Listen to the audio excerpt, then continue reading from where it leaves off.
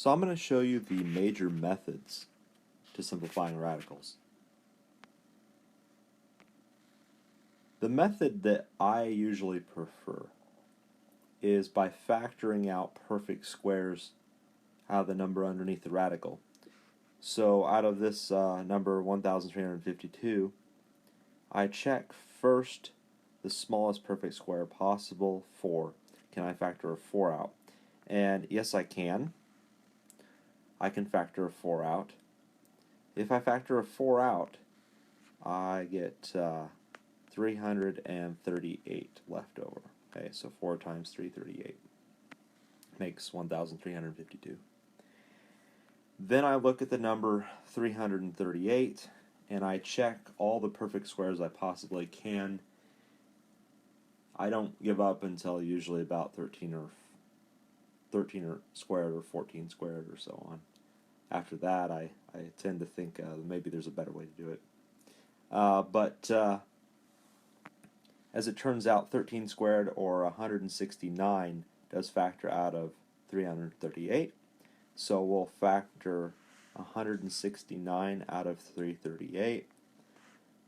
And so if I factor 169 out of 338, that's going to be 169 times 2. So 338 is equal to 169 times 2. And then all I have to do now is take the square root of each individual number. So the square root of 4 is 2. The square root of 169, that's just 13.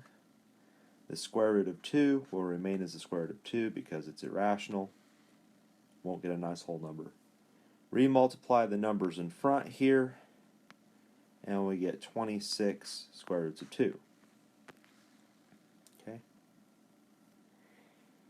We can simplify this radical using the factoring tree. That's another very useful method. So here's the factoring tree. We're going to put 1,352 up here.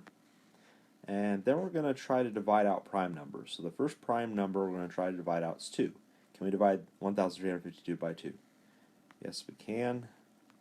And so that's going to split up into 2 and 676.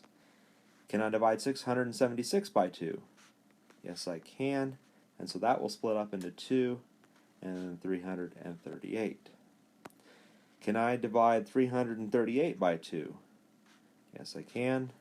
And so that's going to split up into 2 and 169. Can I divide 169 by 2? No. Well, can I divide it by maybe the prime number 3? No. 5? Of course not. 7? No.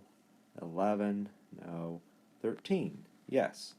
So that would be 13. I can split 169 up to 13 times 13. Alright, now that I have done this complete factor tree, I have all my prime factors of 1,352 right down here. Now pairs of prime numbers here would make up a perfect square. So I have one pair of 2's here I'm going to circle. Okay. The multiply would make up the perfect square 4 that we have underneath the radical previously. I have a pair of 13's I can circle. Once again, the pair of 13's multiplied make up the number 169 that we had previously. And then I have a single 2. The single numbers that are left over we will box. Okay? And now here's the ticket. Here's how you do this. You basically place, for every pair of numbers that you have, you will place one of them outside the radical. So we have a pair of 2's, I'm going to place a 2 outside the radical. We have a pair of 13's, I'm going to place a 13 outside the radical. We have a single boxed number 2. Any numbers that are single, that are boxed, I will keep underneath the radical. Okay?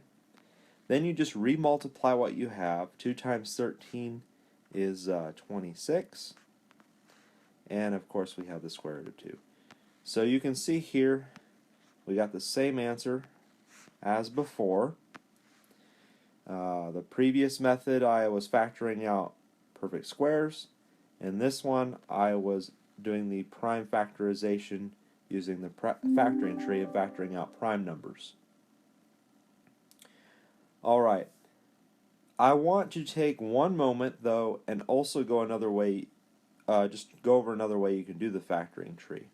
So I'm going to draw a line, and I'm going to put the number 1352 over here. And then I'm just going to put my prime numbers over on the left side that I can factor out. So can I factor out a 2? Yes, I can. So I'll put a 2 here, and what's left over is 676. Can I factor another 2 out? Yes, I can. And what's left over is what's left over after that is 338. Can I factor out another 2? Yes, I can. What's left over is 169. Can I factor out another 2? No. 3? No. 5? No. 7? No. What about 11? No. 13? Yes, I can. I have 13 left. And the last thing I can factor out of 13 is, of course, that itself, 13. And I just continue till I get down to 1. 13 divided by 13 is 1. Okay, so I continue down this path of factoring out primes until I just have the number 1 left down below. And now here on the left side of this line are all my prime factors. Okay, so once again I will go through the same procedure as before. Circle my pairs that I have. I didn't get that 13 very well. Circle my pairs of numbers, and I can box any single numbers I have left. For every single pair, I put a number out front of the radical. So I have a pair of 2s, I place a number out front of my radical. I have a pair of 13s, so I place one of them out in front. And of course, a single box 2 would stay inside the radical. Remultiply, I have 26 square roots of 2, which is exactly what I had before with the factoring tree.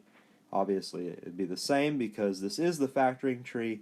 It's just a little more concise and neat, and I actually prefer it over the factoring tree. But any one of these methods work. Pick one you like, stick with it, get good at it, and you'll be great. Just keep practicing.